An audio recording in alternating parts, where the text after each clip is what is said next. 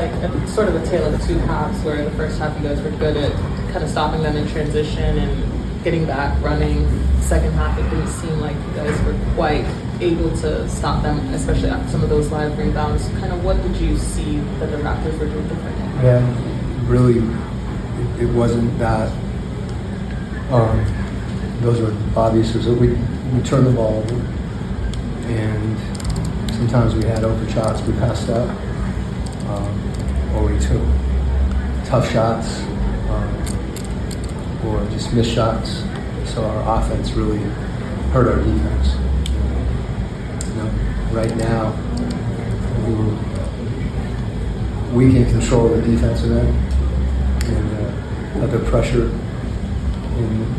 it didn't bother us as much the first half.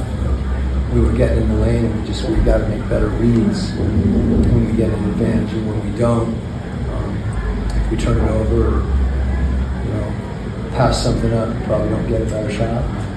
That turns into possessions on the other end, and really difficult to defend against when they have numbers.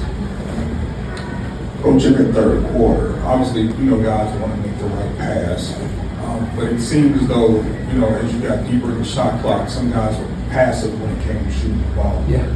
Did you kind of take notice of that, or what is it that needs to be done to kind of get out of that passive nature when it comes to just being able to shoot? Yeah, I think we've got to understand there are shots, and when you're open, let it fly. Don't think about it, because as you said, particularly as you get later in the clock, if you pass a shot up, you're probably not going to get a better one. We have confidence in those guys that we just got to believe, and we have. I thought, that, and then oftentimes when we did get in the lane at times, when people were open, we missed them as well. So that combination, I don't think it was. They made it hard. They make it hard to run in kind of intricate sets because they're so physical. That's the way the game's being called. They're pushing us off our spots. They're, pressuring our guards. So we felt like to be able to drive the ball, and we were able to do that. But that's the first part of the battle. The second part is, as you said, when the ball does get kicked out, first is finding the open man, and when that does happen, we got to take those shots because we'll have a chance to rebound. Coach, to that point, at halftime, 13 assists on 19 made field goals. The ball movement was really good. And then in the second half, I'm just curious, when you're down your primary ball handler with Trae Young, you don't have your spacer and Luke Kennard. I know it's next man up mentality in the NBA, but what limitations does that put on you when you're playing 4 full quarters of basketball? Sure. Well, I think, what we were doing in the first half, formulaically, that's how we need to play. We need to share the ball handling responsibilities. That means everybody that's in a position to play make and creates an advantage has to be able to find the open man, and we have to generate some of those things together to be really connected in order for us to be efficient offensively. That's kind of understanding, as you said, who's on the floor, what are our strengths, what are the things we need to play to, and when we are able to do that, we become much more efficient. And it's again, the big thing is taking care of the ball and getting a good shot, and we were able to do that. We just have to be more determined and more committed to doing those things. And the game's moving fast; it's physical. Sometimes it's easier said than done, but we got to do it.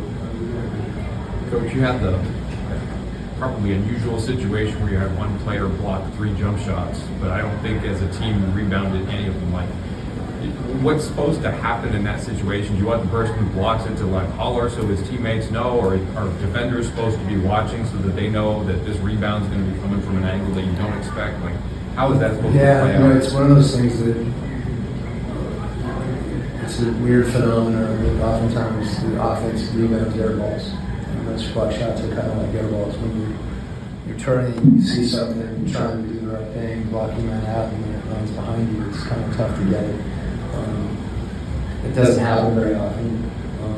And as you said, every time you block a shot, you think good defense and you get it back. I guess one way to put a positive spin on it is we kept playing. That wasn't an unusual situation because we continued to guard. Unfortunately, we didn't get the result we wanted.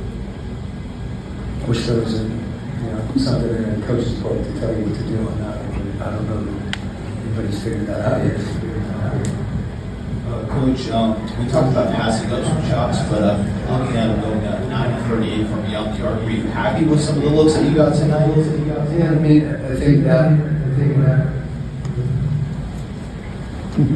not being able to make those, when we did have open looks, we'd like for more of them to go in. So it's, that's a little bit of a perfect storm, right? But that's the situation you find yourself in. If you've missed, sometimes you become reluctant to take the next one. As I said, if you're open, then the alternative is usually not as good as taking the next shot. I know our guys, they have confidence in one another, and we have to bounce back and understand that those shots are ones we need to take. And we need to do that. I think we will. Thanks, Coach.